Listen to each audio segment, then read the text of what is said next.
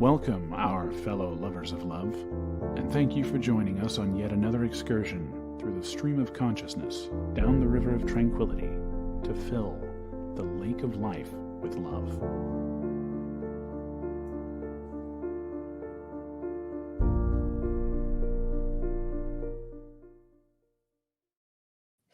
And good evening, our fellow lovers of love out there. We are in for another ride through Reddit, shall we say?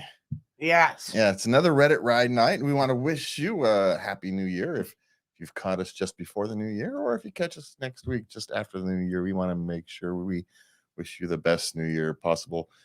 No matter how good your last year was, may the next one be better.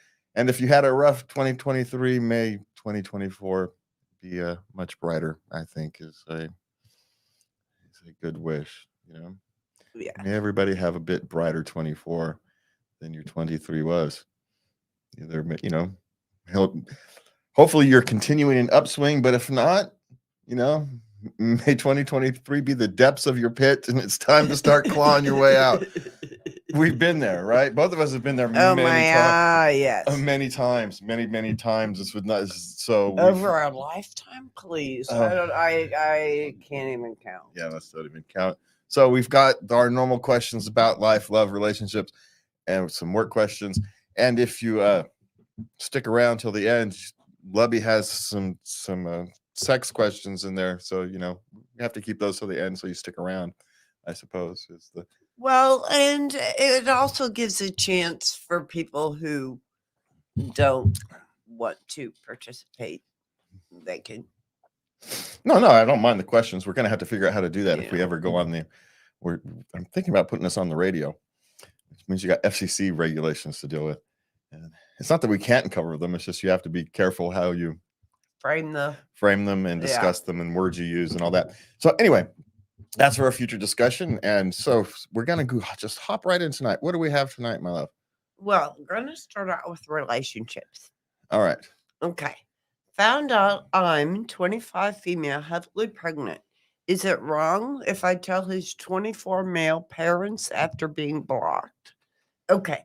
She found out she was pregnant when she was 4 months along. Uh-huh. She had no idea. She's no longer involved with the father. Long ago. That's long gone. Uh-huh. And he blocked her, so she can't even tell him. But she wants to know, should she tell his parents they're going to be grandparents? Yes. They'll want to know. Yeah, they will. They may not be happy about it, but they'll want to know. They just will. And quite frankly, you'll want them in your child's life. Most likely. I mean, 90% of the time, you'll want them in your life, right? There's that 10% of people who you don't want in your life. But if you're asking this question, they're not that type of people, generally speaking. So, because So, yes, they have every right to know, right? They're part of that child's life anyway, and that child deserves to have them in their life, especially if they're a positive influence. Yes. So no, it's not wrong. It's actually the right thing to do. It's a difficult conversation. I don't envy it. There's no tactful way to do it. Whichever one you happen to be closest to, ask them out for coffee. And I suspect is probably the kindest way to do it. Yes. But if you're not up for that, a well-worded message on Facebook or text isn't it wouldn't be wrong. It's not the preferred way, but I wouldn't say it's wrong. Yeah. Try to have the conversation would be my suggestion. If you can. Yeah. Okay. What's next? Okay. My female 28 gynecologist, female 45, 55, insists on inviting me to dinner. Should I change doctors? Dude, yeah. Why would you just keep going? Well, maybe you're attracted to the gynecologist. I mean, probably not because of the way you're asking the question. But if you are going to have a personal relationship, you change gynecologist. Isn't that a conflict? Well, yes and no. I mean, once you Isn't become there some hypocritical oath right, somewhere? which is during the dating process, you should find another gynecologist. But once they become married, it's often that doctors look after their spouses. But yes, if you're going to explore a romantic relationship, you should, at this point of it, you should change gynecologist. If you're not interested, just be forward and say you're not interested. It's entirely possible you just want to be friends. Maybe you have some shared interests, maybe you both like disc golf or something. I don't know. We should probably invite you out to play some disc golf rather than dinner, but you know what I'm saying is it doesn't have to be. It can actually be just shared interests or something. My guess is it's romantically, and she wants to be romantically involved with you. And if you're willing to do that, just do it ethically and change doctors. Yeah. Yeah. Or just be forward. Now, quite frankly, you probably want to change doctors anyway because it's going to be awkward. So I know. So that's probably the bigger issue. I couldn't do it. Yeah. So that's kind of how I would do it. All right. So what's next? Okay. Husband read my diary. Husband, 34 male, read my 29 female diary and won't forgive what he read. Okay, they were going through a rough patch, and and rather than, talk to her mom and mom maybe have bad feelings about him, she vented in a diary, and she vented. Yes. She said things. She wrote down things she would never have said to him. Yes. And he read diary. Oh. This is why you don't read diaries. Yes, people. this is why you don't read diaries, because they're thoughts you don't really want to know. Because sometimes people are just working through emotions, right? When they're writing diaries and they're journaling, they're trying to figure out if they're real or not, right? And you can't figure out if something's real or not until you can express it and work your way through it. And so, yeah, he shouldn't have read the diary, but of course he's going to feel hurt. It's a natural human reaction. So honor everything. It's my suggestion. If you're ever going to move past it, you have to honor everything. You have to honor his hurt. And then after you honor his hurt, he's going to have to honor your hurt that you violated your privacy and read a diary. But here's the other thing. There's a third thing you're going to have to honor, that you've actually, by not finding a way to tactfully express these things in your relationship, you violated the terms of your relationship as well. These are things your spouse needs to know that you're feeling so they can understand where the relationship is at. Otherwise, you've got a false feeling of what the relationship is. You can do that kindly, not saying it's easy, but after you've journaled and you've worked through your feelings, you should have gone to your husband and had a discussion. And when you can get to that point, then your relationship can start to heal. But you can't get there until first you honor his hurt, because then he can get past it, and then he can be in the place where he can honor yours, because he's going to have to, because you won't be able to get past it. And then you're going to have to honor this hurt together, that your relationship was in a place where you didn't feel comfortable figuring out a way to express yourself to him. And once you get past that point, though... Well, apparently that's one of their issues, yeah. That's one of many, many, many couples' issues. That's not... When you boil down all these problems, it's where it lies fundamentally in many, many relationships. We're not perfect. We have the same issues.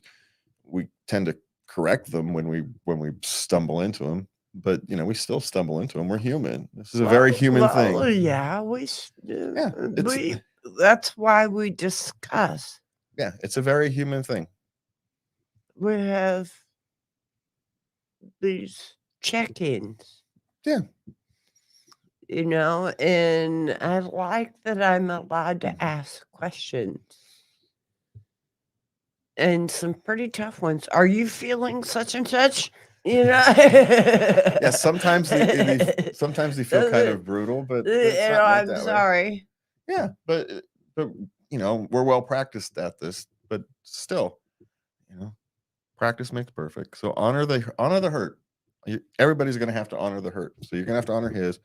So He can honor yours. And why should you start instead of him? Because you're the one who's pressing at the moment. Sometimes it'll be on the other foot when it's a functional relationship, that the person who takes this first step will change, because it doesn't really matter, because the end goal is to have a functional relationship. And so it doesn't matter who goes first, unless one person has continually kind of always gone first. That becomes a problem. Yeah. But that's a different problem. All right. So what's next? Okay, I, 27 male, don't know what to do after seeing how my girlfriend, 25 female, interacted with her ex in a situation. Help. Okay. Yeah, I need more details. They ran into him in a restaurant and she flipped him off. Freaked him out.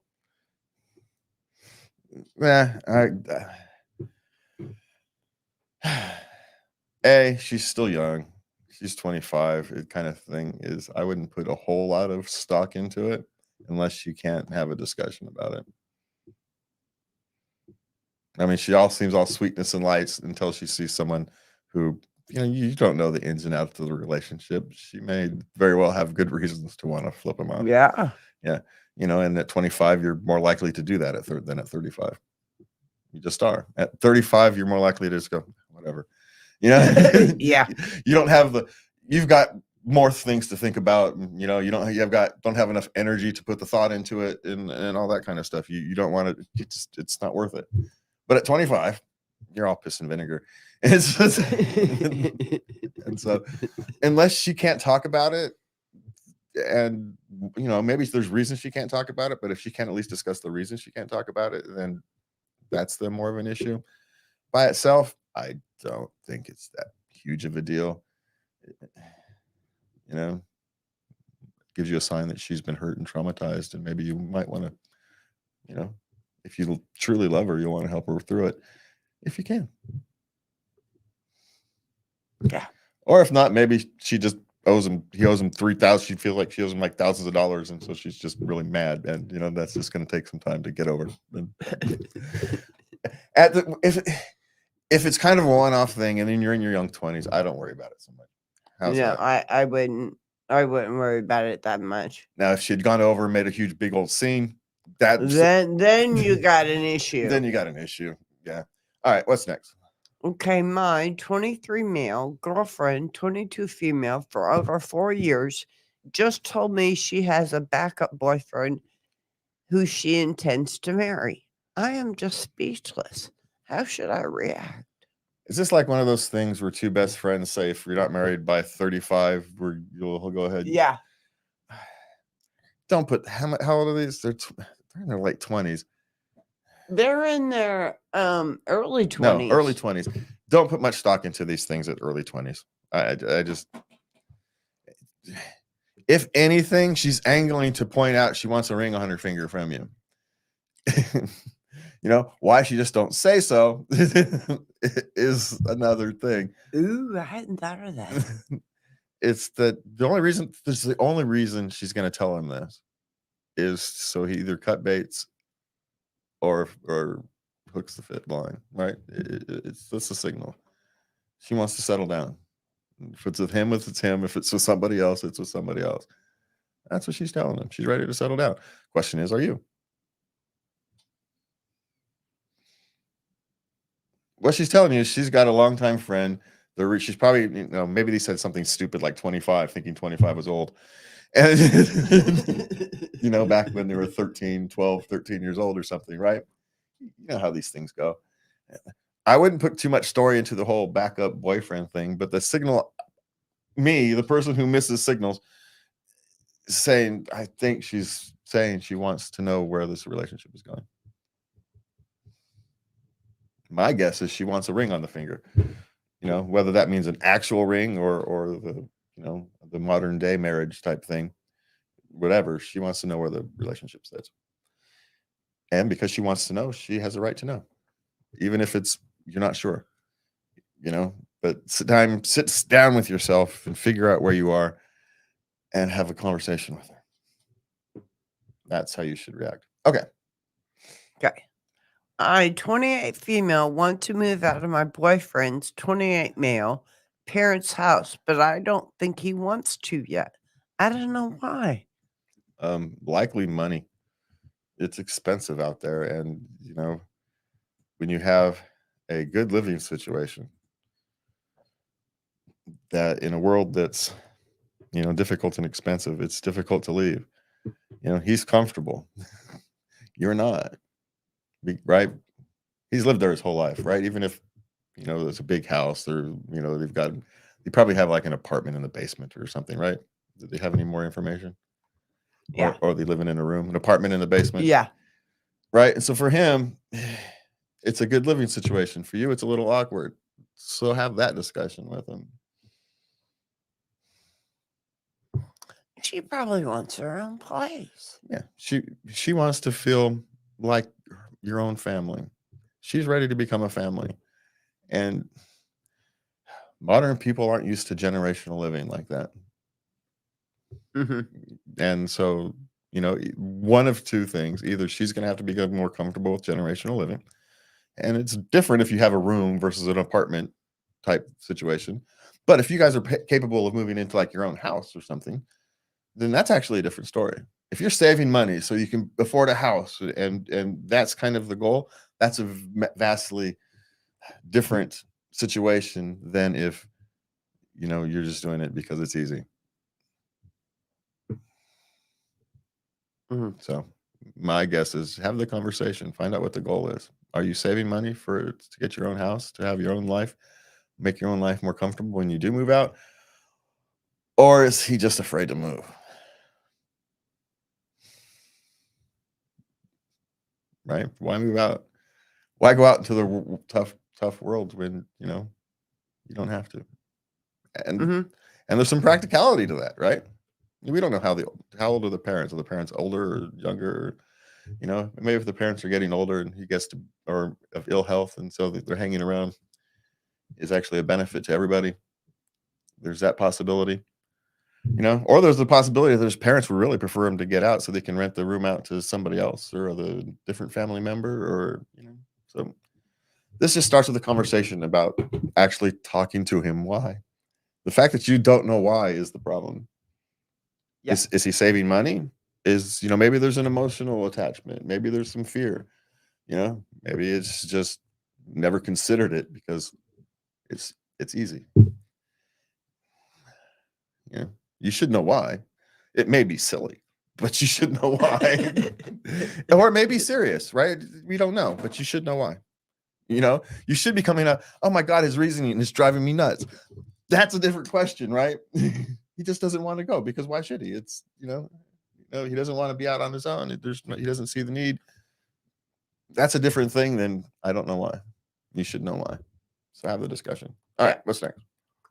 My 22 female boyfriend, 22 male, doesn't want me watching a TV show because of the sex scenes. Okay, she was watching a series on Netflix, and it was a sex education series. Mm-hmm. And he found out about it, and he freaked out. Are these like a religious people or something? No. Okay, one, you're gonna have to figure out why it freaked him out, because in the modern world that doesn't seem. Now I can see why people don't like, I find them boring personally, sex scenes on TV.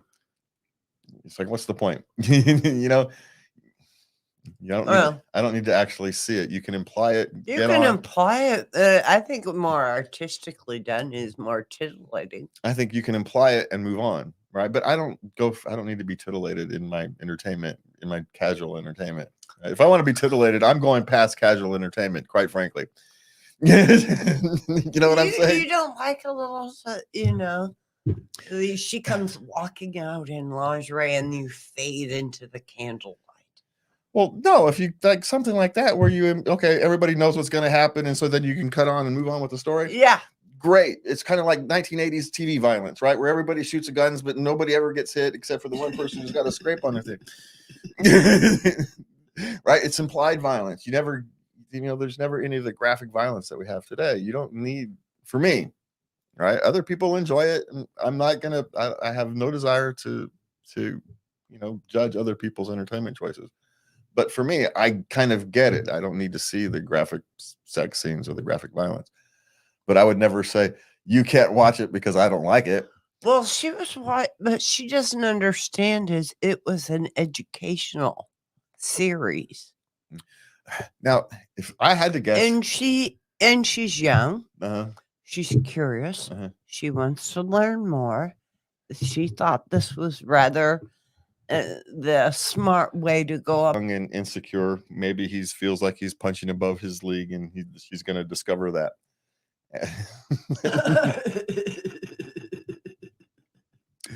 That plays a bigger role in men's decision making than you all would like to think. Remember, we get rejected a lot before someone agrees, and that has a long-term impact on the psyche. And so when you do catch someone, and maybe she is out of your league, or everything's going to make you insecure, especially when you're already young and insecure. So the thing is to have a conversation. Again, is find a way to have a conversation. It won't be easy, and it won't take one, right? You're probably likely going to have a number of little conversations to figure out exactly what it is he's worried about. My guess is he's just worried about, it's the imposter syndrome. You're going to find out he doesn't know what the hell he's doing. And going to go look for something better, rather than, this is a journey you can both go on together, or he's a prude. There's the other, it's not out the realm of possibility that he's just a prude, and gets all sex seems icky, and you guys aren't destined for a long-term relationship. Yeah. And that's not out the realm of possibility. It's probably not likely, but it's not out the realm of possibility. Okay, what's next? Okay, I, 18 male, want to buy my girlfriend a promise ring. Now, he wants to know if it's okay to do something like this.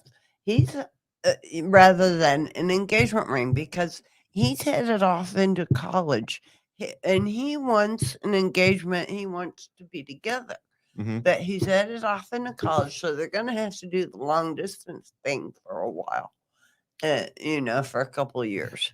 So he wonders if it's, if he's being smart, if he's doing the right thing. Should he give her an engagement ring and lock it in? I mean, he's only 18. Well, an engagement ring isn't going to lock it in any more than a promise ring is, or not, quite frankly. At 18, 19, whether you guys have a committed relationship is going to have nothing to do with the ring. Now, maybe you want to symbolize it with a ring. That's fine.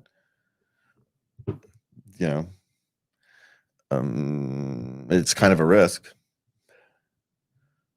Giving a 19-year-old woman a ring, because you never know how she's going to react at 19. Is she ready for a life commitment or not? Even if it's a theoretical life commitment, she may not be ready for it. That's the problem with 18, 19-year-old relationships, when you both are going off to college in different spaces and whatnot, right? Because now you're off into a completely different section of your life. It's like you've now put down, it's not like you've changed chapters, you've changed volumes, right? You've got your first volume of your personal encyclopedia, that one's now closed, and now you've moved off to another one. And some things will be brought forward and some won't. And that promise ring, or even engagement ring, or even a marriage, isn't necessarily going to determine that. Now, I'm all for symbolism in relationships, right? So if you want a symbol that you're going to try, if you want to, I have a different answer for that one. But if you want a symbol that you want to try, that you're willing to try, that you're going to try to make this work over the thing, then it's fine. If you're just doing it hoping, it's a different thing. Yeah. All right. Okay. We're heading into Heading parenting. Headling. We're headling into parenting. Heading into the parenting. Okay, we're getting parenting questions. Okay, this one is about a request for seating my newborn. Okay, this baby's 6 weeks old. Uh-huh. She had it, and her sister was on a cruise, came back, and now the sister wants to see the baby, but she has a cold. Mhm. And the mom is saying, "No, man, you get checked for COVID first," you know? And the sister sister won't talk to her. She'll get over it.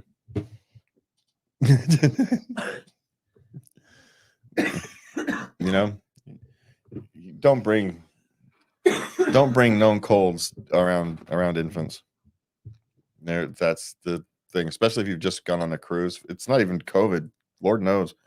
I mean, you're going to get exposed to COVID anyway, but it's all the stuff that you're not normally exposed to that is a bigger issue. So my thing is your sister will get over it. So how's that for an answer? Yeah. Yeah. Stand your ground. You're all good. Yeah. You don't have to be don't go over the board about it. Just stand your ground. Politely, kindly, with love, stand your ground. Okay. How do I handle the madness of visiting 4 divorced set of grandparents? Well, you're not going to be able to do it all in one day. You're going to have to do Christmas Eve and then Christmas Day and make breakfast and dinner on those days. Well, they're going to have to understand that they're going to have to celebrate the Christmas season, not Christmas Day with their grandchildren. Yeah. Yeah. And it may get spread out over a week. Sometimes, these things have to get spread out over 2. It ends up being like Christmas in one thing, New Year's in the other. Maybe you reverse it next year, and everybody's just going to have to accept it. Them and you. You can only do so much. And you try to do too much, you're actually going to destroy the day for everybody. So take your time. People understand far more than you think they will. As long as you're making the effort to keep everybody involved, people will understand. And if they don't, well, that's a sign that, you're probably doing the right thing. Accommodate them, rotate, on which days, who gets Christmas Eve, who gets Christmas, which things are important. If one family has a really long-term family tradition, maybe you work around that one, where a whole big family gets together and you can knock out a huge bunch of seeing families in one swing. Maybe you work around that one, right? But that's just being practical. But, you'll find it. You'll figure it out. Just understand you have the Christmas season, the holiday season to deal with these things, not just the days, the immediate day or 2. Yeah. Yeah. Do you censor what your kids read? Ooh, I didn't get that one. No, I never did. I never censored what they read. I never censored what games they played. I never censored what they watched on TV or videos or anything like that. It just wasn't what I felt. And this is back when the internet was first beginning, that they were going to have to learn to use and live with this technology, and preventing them from it was a mistake. Let them learn how to use it. Let them, learn its ins and outs and foibles. Now, I was always able to, have a watchful eye, shall we say, to keep them, make sure they didn't cross too many barriers that they shouldn't cross, or if they did cross barriers they shouldn't cross, the things didn't get back to the house. Yeah, I have tricks. So, so they were always relatively safe in terms of that. And in fact, it's easier today than it even was then to keep them safe, because in a sense they're lost in an ocean. Yeah, the easiest place to hide is in plain sight when you're with a million people. Yeah, when there's so many people that you can just stand there and hide in plain sight. All you have to do is look normal, and no one's going to pay any attention to you. Yeah, it's the easiest way to hide. But So my thing was no. But when you're talking about books, you actually have to physically hand these children a book, right? And so making sure they have age appropriate, and especially if you're talking young kids, you're going to give them things that are in their reading level and that are going to help them push them just a little. And that, as generally speaking, it's not going to be, you're not going to give them things that are something you don't want them to read. So this is one of these questions that until they're teenagers, it's not really an issue. And when they're teenagers, they're going to find it anyway. So trying to censor it is a pointless task. You're better off, knowing what they're reading, knowing what they're doing, so you can probably help them navigate it. So no, I don't censor what my kids read. Never was a thing I did in terms of even the internet or anything, games they played. Or, hey, they'll learn the lesson. Like when my daughter watched a scary movie when she was too young, she learned the lesson. She didn't do it again until she was a teenager. It only took once.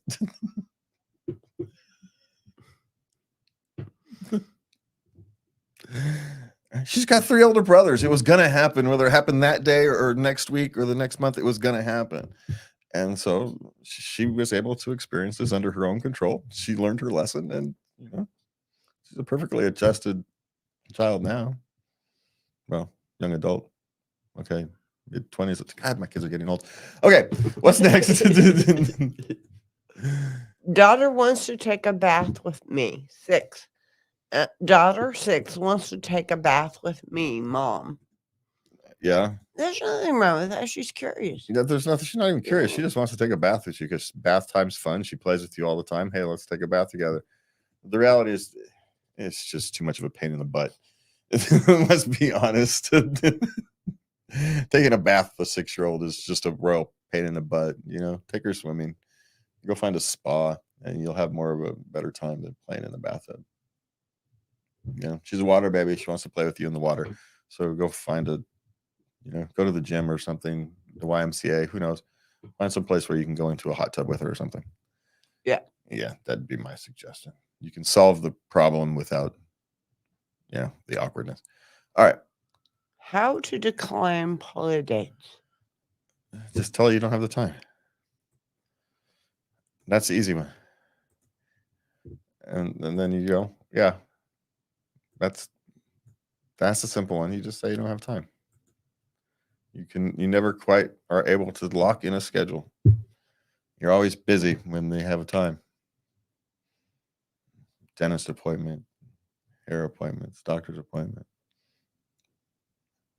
meetings. Meetings are great because I can always schedule a meeting if I need to.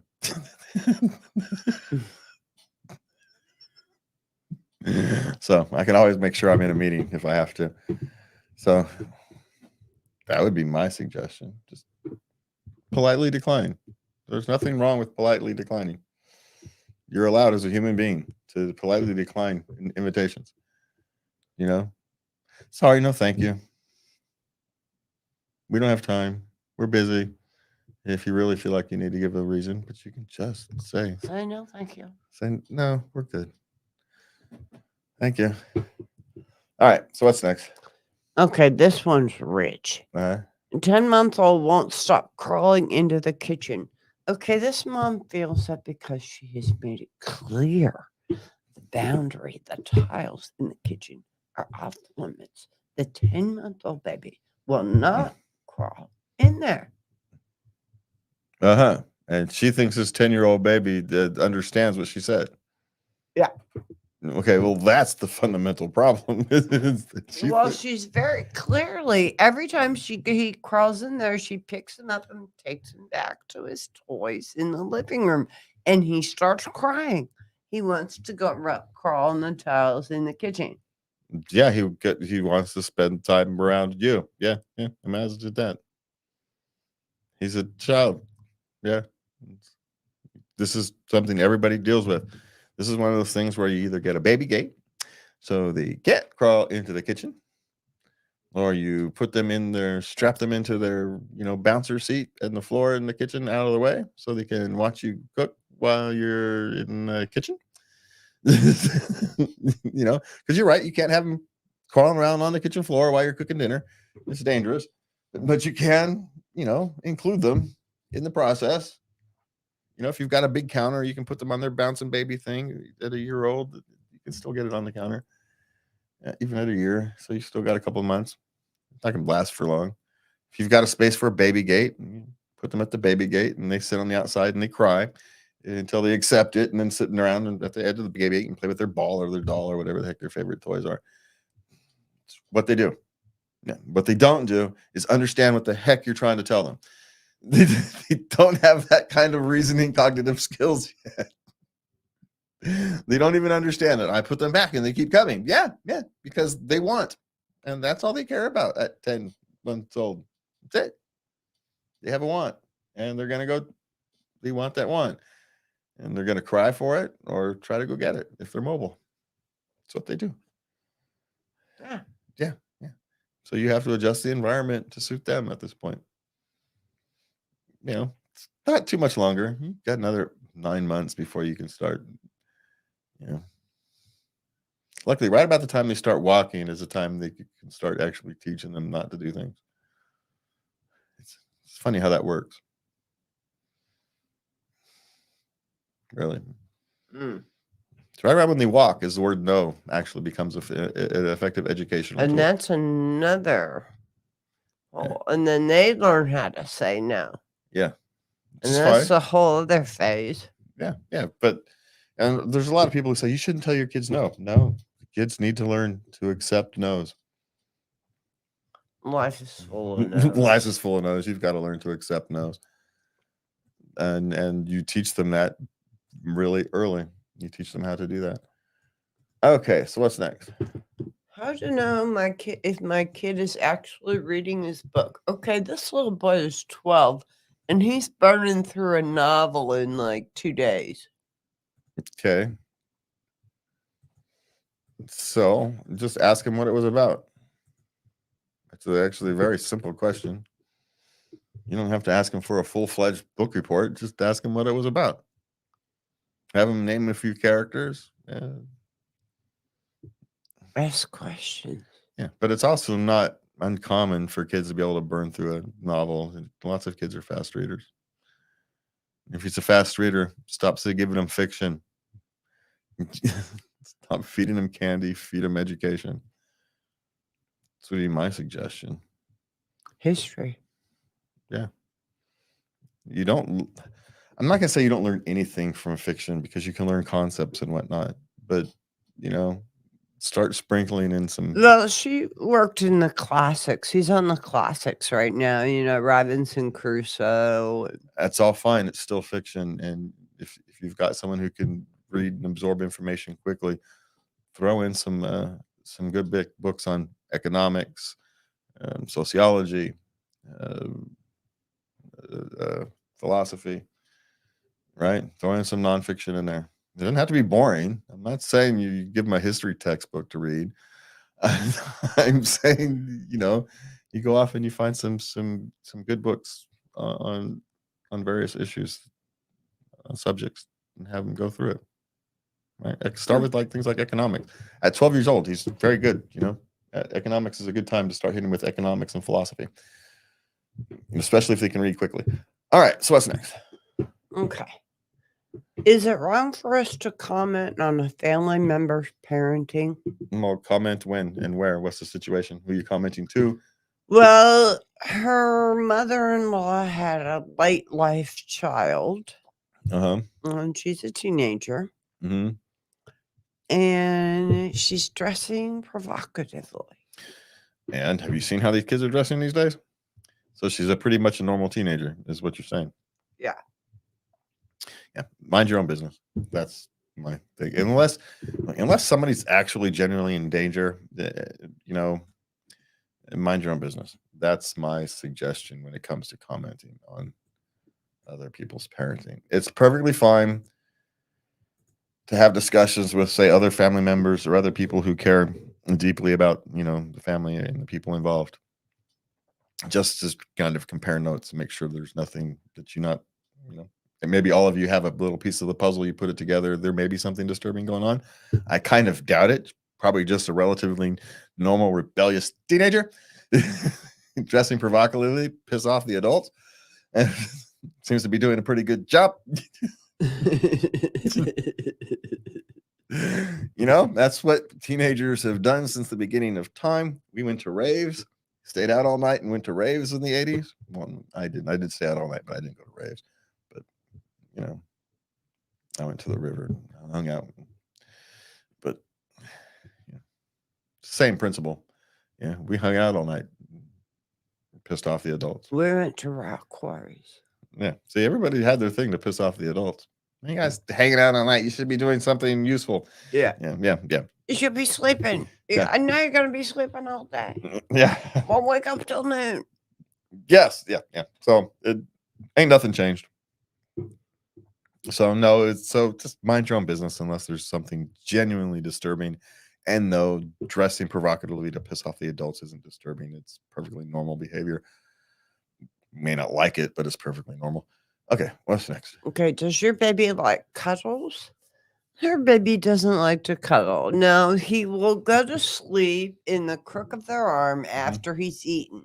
Mm-hmm. But to be awake and cuddle up in a chair and just nuzzle together, the baby's just not into it. Okay, as an infant, you don't never want to project something onto far things, but maybe pay attention to having sensory overload. Maybe an early sign of autism or something like that on the spectrum, because maybe it's just sensory overload.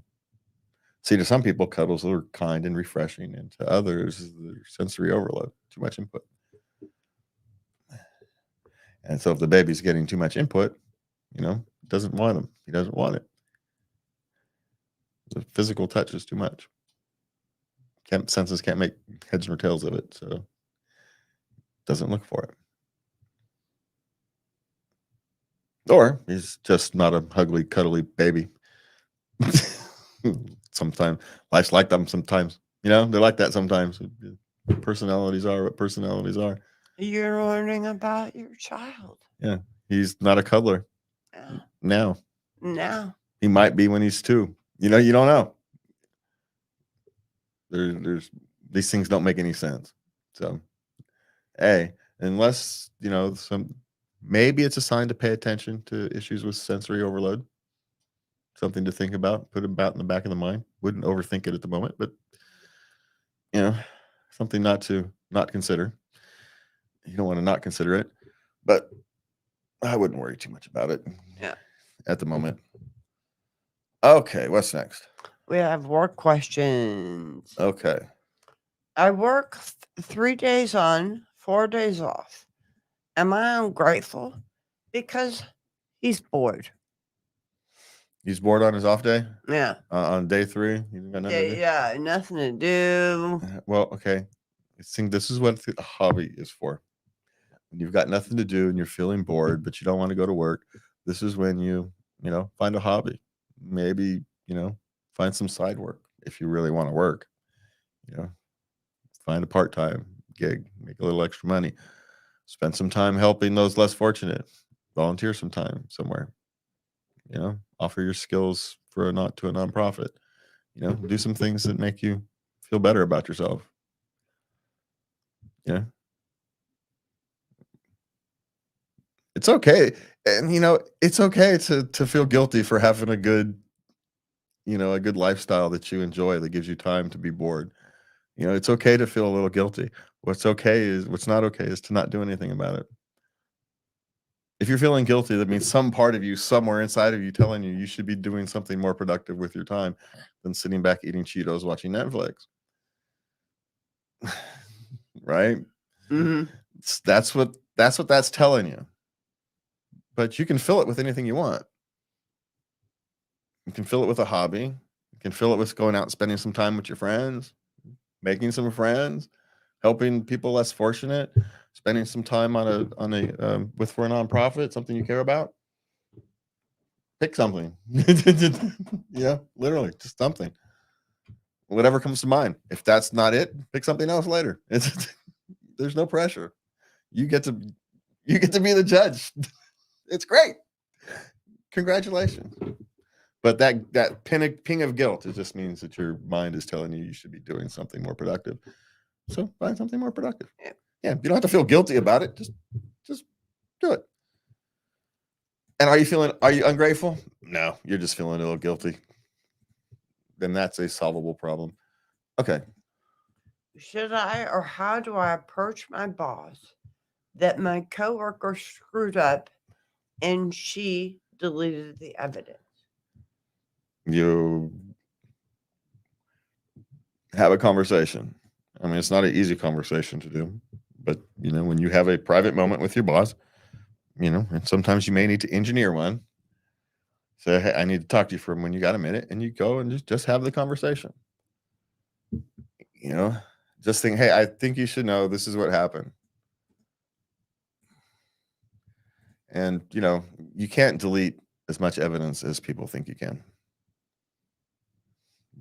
They have ways to know. The lack of evidence isn't in itself evidence when people go to look. So anyway, because the problem, they need to know that there's a problem, right?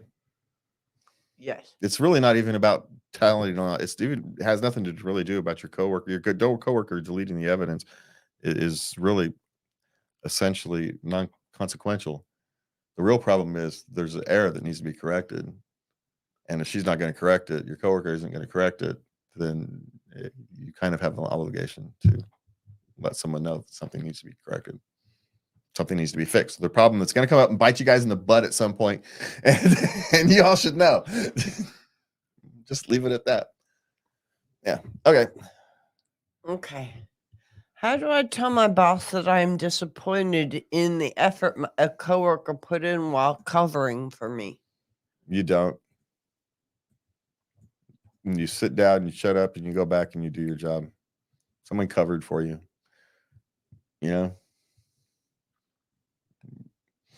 If you have a conversation, if your boss asks you, hey, how'd they do when they covered for you? You can tell them, but someone covered for you. Don't expect them to do your job the way you want it done. Right? If you want the job done the way you want it done, you should have been there to do it. And if you couldn't do it, you thank the person who did the best job they could on that particular day, and you clean up the messes that they left. That's what happens, because, it doesn't matter that they didn't, maybe they had their own tasks to do. You don't know what they went through that day because you weren't there. And maybe you were legitimately weren't there. Maybe you were sick. Maybe it was a planned day off and blah, blah, blah, blah, blah. Great. You earned it. Congratulations. But, don't be mean to someone who did you a favor. You tried. Right? If you have a problem with how they did the work, maybe you ask them if they need help understanding how to do it next time. When someone covered for me recently and they made a mistake, I didn't say, oh, here, you made a mistake. So here, my notes weren't clear. Let's go over it again. So next time this doesn't happen.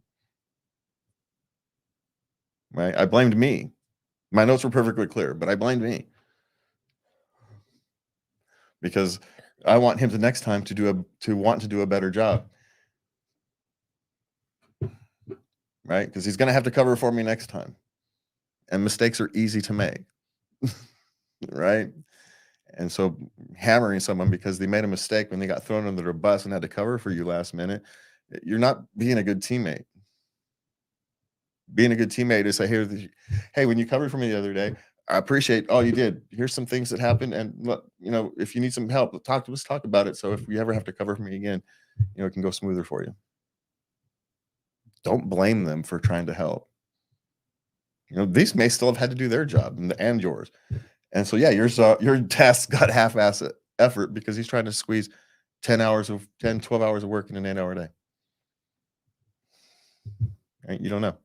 So anyway, just deal with it on a personal level if you can, if you really feel you need to. But if it's a one-time thing, thank them for doing the best they can. All right, what's next? Coworker handing me his work. How would you handle it? Seriously, this guy's trying to get him to do his work. and you you just don't do it. He goes, you can put it there all you want. It's not going to get done. I'm not doing your work for you. You just have to be blunt. So my guess is you've probably set a precedent where you're willing to do people's work, which is fine. You're willing to help out when someone else is busy and you're not so busy, right? I do it all the time. But, there's a difference when someone is routinely coming to you, trying to hand you off their work so they can go be lazy. So, right? Mm-hmm. So it really depends how they're doing it and routine. But if they're genuinely just trying to hand off their work to you, then you just tell them no. And if you leave it on your desk when you're gone or something, you just go leave it on theirs. Yeah, I don't know what you want me to do with this. It's yours. It's not my thing. And if they continue to do it, you talk to their boss, supervisor about it. But generally speaking, just standing your ground one time is generally all it takes. Yeah. Yeah. How much, if any, is an appropriate amount of work on personal time off? And how do you tell a supervisor, no, I'm on personal time off? They keep calling his cell phone.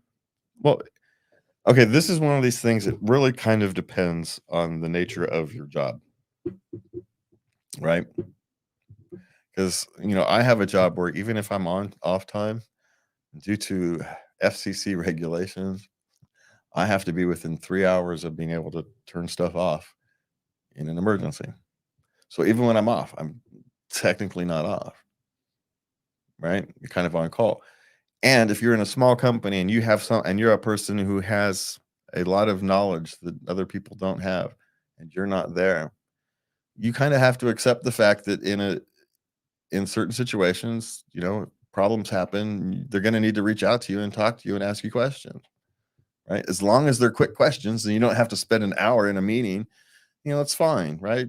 Be a team player, call for 5 minutes, answer the question, have them leave a message, call them back, give the quick answer. Now, if you're in a large corporation and they're just being lazy and don't want to actually properly schedule for, your time off, that's a different question. So there's not a single answer to this, right? You have to know your role in the company, what you're getting paid for. Sometimes the reason you get paid so much isn't because of the work you do. It's because you're always quasi on call. You never really off. Even when you're off, you may get called in to have to go fix a problem. And so when you're on your paid time off, you may get called to help someone fix a problem. Now, if you're at a funeral, don't answer the phone. But if you're just, sitting watching Netflix and eating bonbons, be a good human being. Help a friend out, help a coworker out, right? But also it depends on the relationship you have with the company. If you have a good relationship with the company, they treat you well, you'll respond differently than if it's a company that takes advantage of you and doesn't treat you well, right? Yeah. There's also the difference there. But these are one of those things that's why you treat your employees well, so they don't mind so much when an emergency happens and you've got to call them while you're on vacation. While they're on vacation, that they'll pick up the freaking phone. All right, what's next? Okay. Is an 18-hour notice too much for sick time? What do you mean? Well, they got food poisoning. Okay. I still don't understand. When you 18 hours before they were supposed to report to work, they wanted to call in. Man, Is that too much? I don't understand the question. What do you mean, is it too much? You call in sick when it's time to call in sick. I don't understand. Is there a time limit? Well, yes and no, but if you're calling in sick 18 hours before, you don't even know if you're going to be sick in the morning. Just because you're violently ill now doesn't mean you're going to even remotely feel even remotely sick tomorrow. If you have food poisoning, if you got it out your system quick enough, right? You'll be perfectly normal in 12 hours. So the question is, are you just trying to use your sick time as an excuse, which is perfectly fine with me. But maybe it might be smarter to call somewhere closer to work. Say, all right, I got food poisoning last night. I'm still not feeling good. Now, it may depend on the type of work you have. If someone needs to find a replacement for you, if you're a waitress and someone needs to find a replacement, it's a busy Friday night that you're going to be calling out sick on, you maybe want to give them some heads up. It's maybe a bit different than when you call in sick, nothing really happens. Or you're you work in a big, huge call center, and one person being gone is no big deal. No one's even going to miss you. Then it doesn't matter. But my question really is, why are you trying to call out sick 18 hours before you give notice? You don't even know if you're going to be sick yet.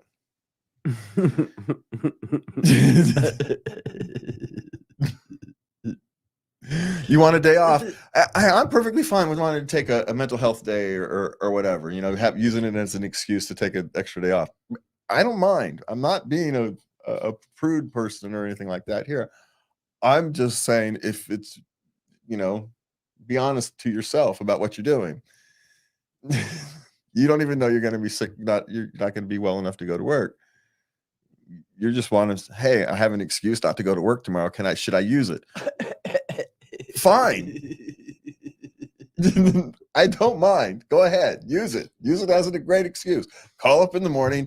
Oh, sorry, I can't make it to work. I had food poisoned up all night. I got to be close to the bathroom. Whatever your excuse you want to say, knock yourself out. I'm just saying, be honest with yourself about doing it. I don't care if you lie to your boss. Don't lie to yourself. Okay. How do I deflect personal questions from coworkers? She just wants to come in, do her job, and go home. You give this is when being a politician actually can come in handy, is when you learn how to deflect and give answers without giving answers. Oh man, we're gonna have to get to sex questions. It's gonna be a long show tonight.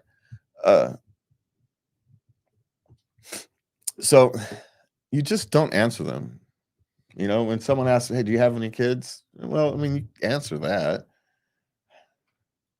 But, you don't have to get into the best way. Okay, here's the thing. The best way to not have to answer questions is to give the most boring answer, but true possible. How many? Hey, you have any kids? 3. Or yes. How many? 3. What are their names? Fred, Betty, Wilma. How old are they? People won't want to talk to you. They won't. So the best way to answer those questions is to either just kind of not answer them. I don't really feel like talking about these kind of things. And all right, fine. People won't talk to you. But the other way is to answer them in the most boring but truthful way possible. And then no one will want to talk to you. And if that's really what you want, and I have no problems with it being, I suggest that you probably would be a little happier being a little friendlier to some of your coworkers, but not being judgmental, you'll get it. Malicious compliance kind of thing, right? Give them exactly what they want. Yeah, just be boring and no one will want to talk to you. All right, do you want to answer the last one? This last work question, I think it's interesting. Will I still get paid if I quit a job after one day? He worked for 6 hours. He wants paid. Yeah. Legally, yes, you'll get paid. Now, how many people will actually go pick up that paycheck is a different question. Most people, if they work 6 hours and go home, and because you don't want to work there, just aren't going to go back for the paycheck. That's not worth it. Not worth the embarrassment. But yeah, there's lots of people who have day labor jobs. All right, let's see if we can get through some of these sex questions. And some of these, I need details, because what's this next one? Okay. Do I have a new fetish now? Okay. Maybe. Now, this lady, his partner, involved her feet. And now he can't stop thinking about her feet. Yeah. So Well, he's like, is this a new thing for me now? Is this going to be a. maybe at this stage, you don't know. It may just be, a curiosity at this point. It doesn't necessarily going to turn into a fetish. It could just be a curiosity that runs its course in 6 months. You don't know. It doesn't make it a fetish. But, run with it and see what happens. There's my suggestion. Okay. How do I get him to, do it on my face? To finish on your face? Finish on the face, yes. And because she's like really into it, on her body and stuff. She thinks it's fun. Okay. And he's like, it's degrading. To who? Him. He can't do it to her. Oh, he feels that he's watched too much porn.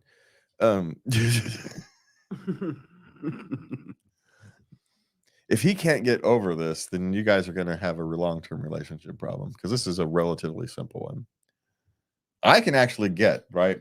Some people, things like I can't do the spanking thing. I just can't do it. Right? It's just out of my character. It's so far out of my character that it's not, I can't bring myself to do it. So I can understand that in a sense. But this is not that, right? And if he can't understand, at least on occasion, I don't know. Because he's not going to want to do it. And then if he does it and reluctantly does it, neither one of you is going to have the good time. And so it just seems to me like this is a sign that there's something deeper in this relationship that's an issue. Why is this such a big thing? Yeah. Yeah. Why is this is this actually a deal breaker for you? Yeah. Well, for either one of them, if he can't get past it or she can't, and my guess is, they've been able to talk about it. So it's not like, you need to talk about it. So sometimes strange things can be deal breakers. Right? Humans are weird. Oh, that's sad. I didn't say it wasn't sad. I'm just saying strange things can be deal breakers. And, because who wants to go through, especially if you're relatively young, it's different in your 50s, and, so it's different. And someone's sexual, preferences don't get met in your 50s. It's different than it is in your 20s. So I don't know. I don't know. I don't have a good answer. How can you get him to? I don't know. Do something he likes that you don't want, that you generally don't. Trade. Good old-fashioned trade. It's not a good long-term solution for a relationship, but it's a short-term one. So how's that? There you go. That's what's next. Post-baby sexual confidence after being, I don't know, shamed by my friends. Oh, what does that Her mean? body. What? They were making fun of her that she hadn't lost the baby weight at all, and the baby's like 2. Well, why are you? One, it's not your friends you need to worry about. It's the person who loves you. I'm assuming she has a partner. Yes. Yeah, it's not your friends that you need to worry about. It's your partner, and your partner's gonna love you anyway. And he probably misses your company, the intimacy. So he's gonna find you as beautiful as you ever were. So think about that one instead of what your friends think. You're asking the wrong group of people, would be my suggestion. Talk to the person who it matters. If you want to feel some sexual confidence, talk to the person who wants you sexually, and you'll get an answer you want. That's what I'm saying. How's that one? There you go. Yeah. Okay. He wants to go down on me after the gym. Okay. She has always been like freshly washed, waxed. She's pristine. And he wants her sweaty. Well, because you know what pristine means. You taste like soap or product rather than like a human being. And hey, check this out. You can be nice and sweaty and not and not stink and taste bad. So consider yourself lucky.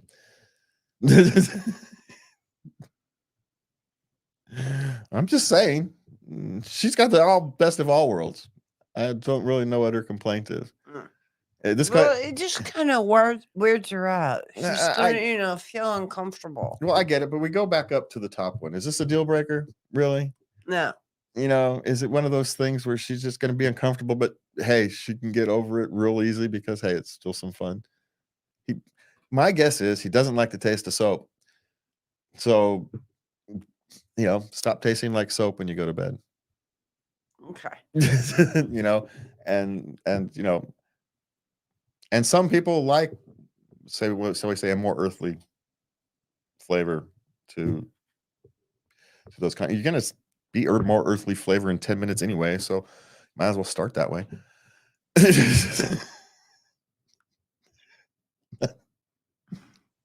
I don't know. All right, what's next? Okay, this next question comes to us from a young lady in India. Okay. Who has very little access to information. Okay. Is it possible to get loose through masturbation? Likely no, unless you're using something really large. How's that as a tool? Yeah. But you do know your body will change over time. Yes. All by itself. Masturbation doesn't have anything to do with it. Yeah, you're going to be different at 30 than you were at 20, regardless of what, definitely. Regardless of what happens down there. And there's changes along the way. So yeah. Yeah. So your answer is no.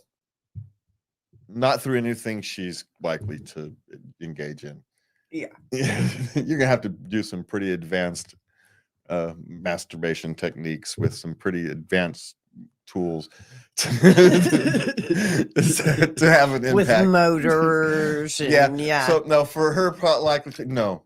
There's likely no chance that that's happening. Don't worry about it, and enjoy your explorations. Would be my suggestion. How's that? Okay. Have fun. How to know if you orgasm? A man asking females. We tell you. Yeah, I mean, ask. Now when they have a big one, right? Well, if you get your hair pulled, that's usually a big indication. I mean, the big ones you can't miss, right? If you can't tell, then you have no business doing what you're doing. But not all of them are the same, right? You get some are larger than others and whatnot. Some have more physical impacts than others. Some of them are just very mild. Yeah. It's like, oh man, that was not in a way it was a little disappointing, but I had an orgasm, so I'm really not gonna say anything. And think about it this way, men. It's no different than you. Sometimes orgasms are better than others, right? Now, men are easy. We can tell, generally speaking, even though there are dry orgasms, it does happen. It doesn't happen all that often, but it does happen for men. Mm-hmm. So without ejaculation, but it's the same thing. Not all orgasms are equal. So how do you tell? Ask. If she's kind, she'll probably lie if she didn't have one. So I never lied. Well, I never thought that was in my best interest. No, it wasn't. But you could still, Well, I put it gently. I'm always like, look, I had an absolute great time, but I'm a tough nut to crack. Don't worry about it, dude. Well, as we say, if you're going to tell men that the end goal of sex isn't orgasm, then the end goal of sex is an orgasm. It's to feel the closeness and the thought. But just once you know your partner, once you know her combinations, you just know. That's one of those things. Enjoy learning your partner. How's that for my answer? There you go. All right. 2 questions left. I'm 21. Want my boyfriend, male 21, to film us while we have sex. How do I ask him about this? Okay, now that's the reversal. That usually goes the other way. So just ask him. For young men, this one's probably the easy one. Just one day after sex, it's a good time to bring this one up. Hey, next time you want to Hey, bring you're it- interested? Yeah, you're yeah. interested in Yeah. filming us? Bring a camera? Hey, what do you think about filming us? Filming one of these things. And my guess is, unless he's that 22-year-old we had earlier, he'll be perfectly fine with this. But there's a discussion that many people don't talk about. What are you gonna do with it afterwards? Because you're both young, and these things live forever, and relationships don't always last. And if you're gonna record something, you have to be prepared for that thing to eventually hit the world. It's not impossible. So before you hit record on these buttons, walk through these things, walk through these potentials, and understand the consequences that you may or may not have to face somewhere down the line. Now it's becoming less and less of a big deal, right? No one cares about the proverbial sex tape anymore, but you still may have to deal with it. So there is that. It's not all fun and games, unfortunately. No. So, that is to be considered. All right. Our last question, and I suppose it's for you. Okay. Do you queef when you orgasm? Well, it depends. Yeah, there's more than if you had something up there that with some girth, then you could have some air up there. But if you're just coming at it cold, no, that usually doesn't happen. Yeah, you need some circumstances for that to happen. You need to have air trapped up there, and then for the convulsions to kind of squeeze it out. And so there's conditions. Yeah. Can it happen? Sure, lots of things happen. It could. Lots of goofy things can happen during sex. Trust me. Farts happen. All kinds of things happen during sex. Some of them pleasant, others not. So some of you just look at each other and laugh, and you just soldier on. Because what else are you gonna do? What else are you gonna do? Yeah, it's that body. Yeah, you're playing in areas that have lots of things going on. You're down in multi-use areas. Things happen. Multi-use areas. What do you want from me? Anyway, this is it for us for this year. We want to thank you for joining us on this year's journey of late night love, and we will see you next year. Yeah. We'll probably change the format a little bit during the early year. Maybe change it, tweak it a bit for radio. I think maybe something we may want to think about. But other than that, have a great rest of your 2023, and may your 2024 be brighter than ever before. And that's it for me, Lovey. Good night. Have a happy new year. And please remember to love everybody. Good night.